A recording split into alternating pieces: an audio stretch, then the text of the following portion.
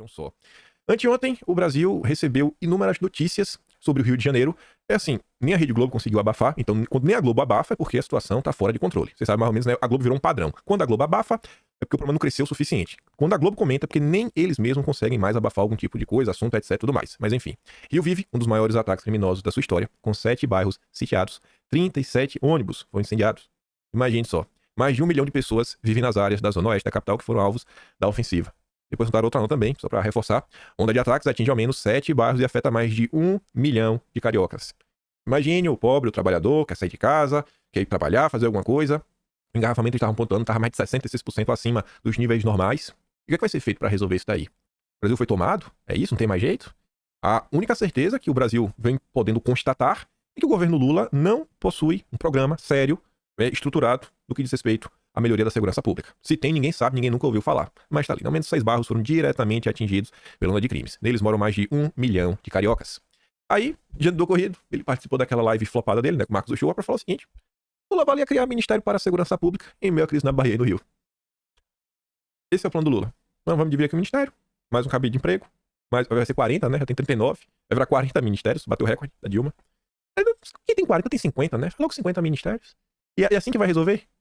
Porque agora vai ter um ministro só pra isso. Agora as coisas vão melhorar. É um negócio assim totalmente descabido. Temos no Brasil problemas que são complexos, mas nós vivemos numa situação que é tão caótica que algumas coisas são simples. Algumas coisas são simples. Tão caóticas, então algumas coisas são simples. Como, por exemplo, uma maior cobrança da justiça. Não aliviar. O presidente da República ter uma postura, né, que, como a gente pode falar, inspire as forças de segurança. Não só ele, como seu partido. E várias outras coisinhas, né?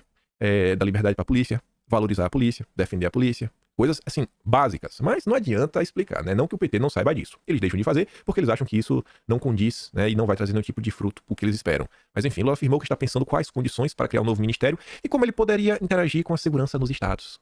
Aí, isso daqui envolve o Rio de Janeiro. Aí você fica pensando, é porque o Brasil tá do jeito que tá? Vocês vão ver a justificativa das coisas. Não é só essa manchete, não. A manchete é essa, mas eu botei aqui junto, ó. Vamos voltar, vamos só olhar a manchete. Desembargadores autoriza retorno do chefe, não é qualquer um, não é o Petinel, é o chefe, né, dos grupos que criam confusão, né, lá na Rocinha, para presídio estadual e criticam política de segurança.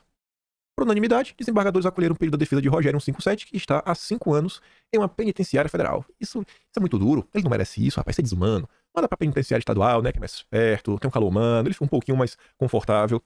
Aí você vai ler a nota, gente. Aí você começa a questionar, será que é por isso que o Brasil está do jeito que está? Em seu voto, o relator, o desembargador Luiz Noronha Dantas, destacou que faltou fundamentação jurídica no pedido do Ministério Público para manter a manutenção do réu em um presídio federal.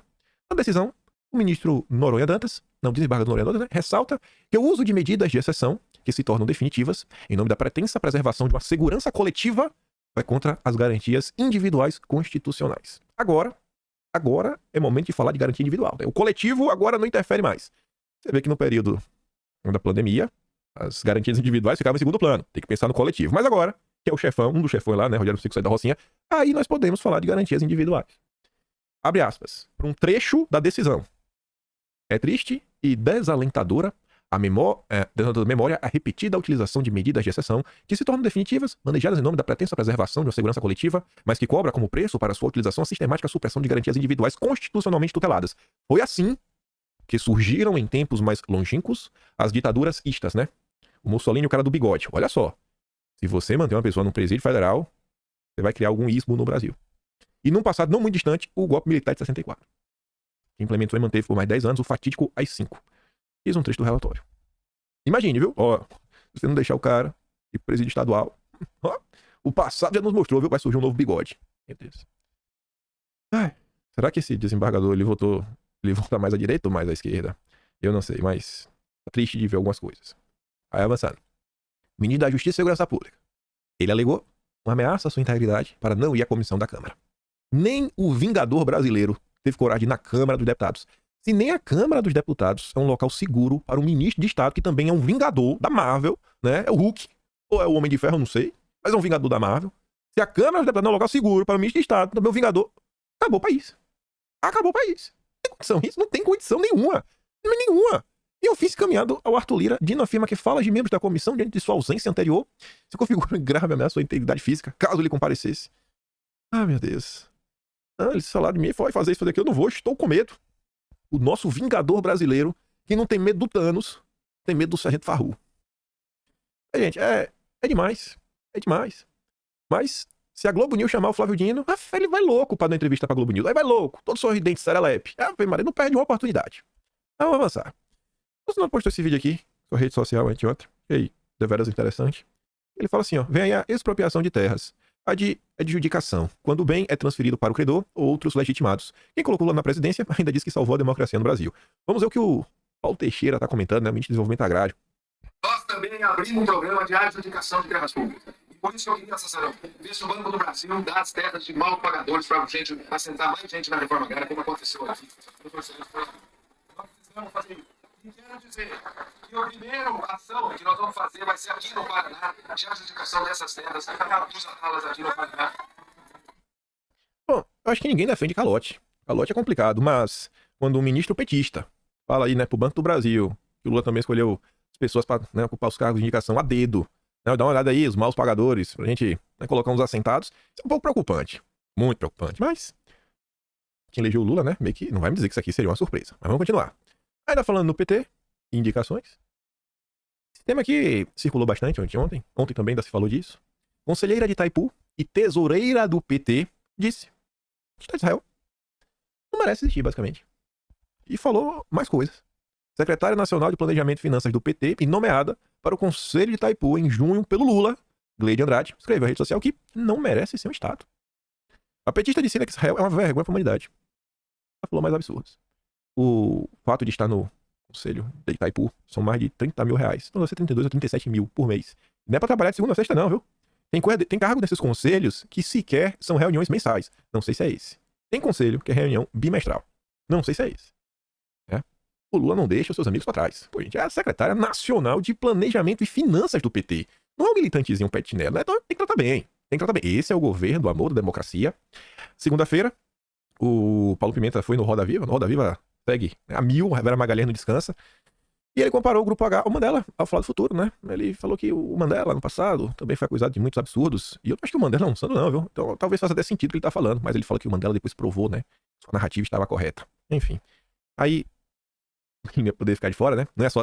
Sim, todos os petistas estão falando uma coisa. Você acha que o Lula pensa diferente? Isso aqui a Rede Globo também, com certeza, vai abafar. O Globo não vai comentar isso daqui. Se comentar, vai ser uma notícia no Globo. Jamais vai sair no Jornal Nacional, vocês sabem disso. William Bonner não pode prejudicar o Lula nesse ponto.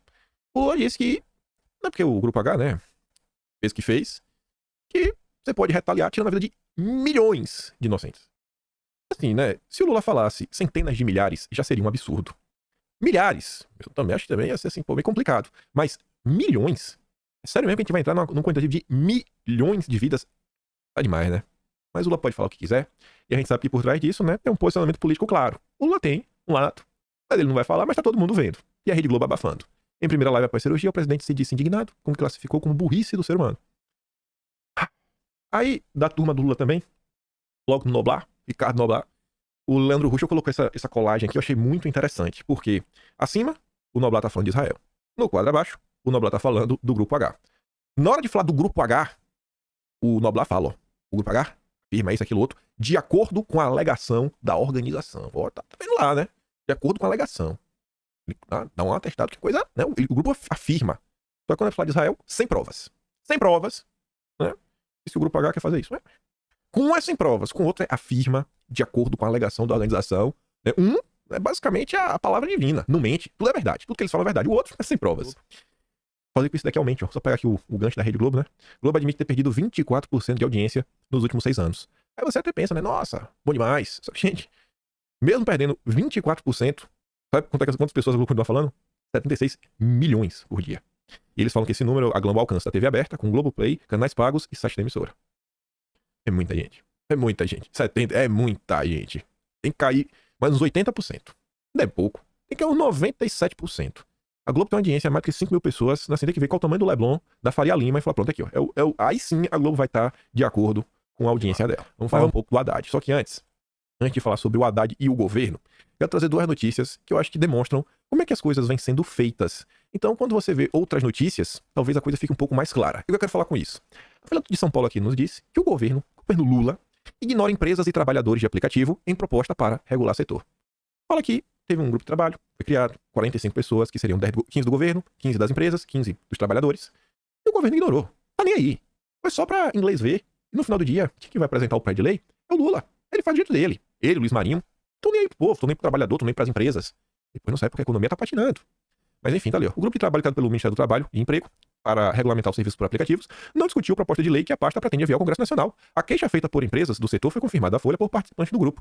Esses classificam como fracassada a tentativa do governo de fazer um debate amplo sobre a regulação da atividade. Ou seja, no que o Lula consegue fazer e colocar o dedo, ele vai. Vai e não quer saber de ninguém. Eles governam para si. E ainda fala o seguinte, né? O grupo de trabalho reuniu durante 5 meses as discussões que encerraram em 12 de setembro. Até o momento, afirmam eles, nenhum integrante do GT recebeu oficialmente a minuta redida pelo Ministério do Trabalho e Emprego. A proposta vendada pela pasta inclui o pagamento de contribuição em INSS, seguro de vida e o valor mínimo por hora, entre outros direitos trabalhistas e previdenciários. Além disso, prestadores de serviço de empresas como Uber, 99, iFood e Rap poderão trabalhar como autônomos ou ser contratados por meio da CLT. O problema para os representantes dos aplicativos é que somente 2 assuntos foram discutidos no grupo de trabalho: os ganhos dos trabalhadores e a questão previdenciária. Outros pontos, como jornada de trabalho e pontos de apoio, não foram abordados e constam da proposta do governo. É assim, como é que você vai pagar por hora? Pagar por hora, e se o cara não fizer entrega? E se o cara fizer entrega muito devagar, esculhambando? Você pode demitir, não pode demitir? Qual que vai ser os padrões? Não tem discussão. O Lula fez do jeito dele. Fez do jeito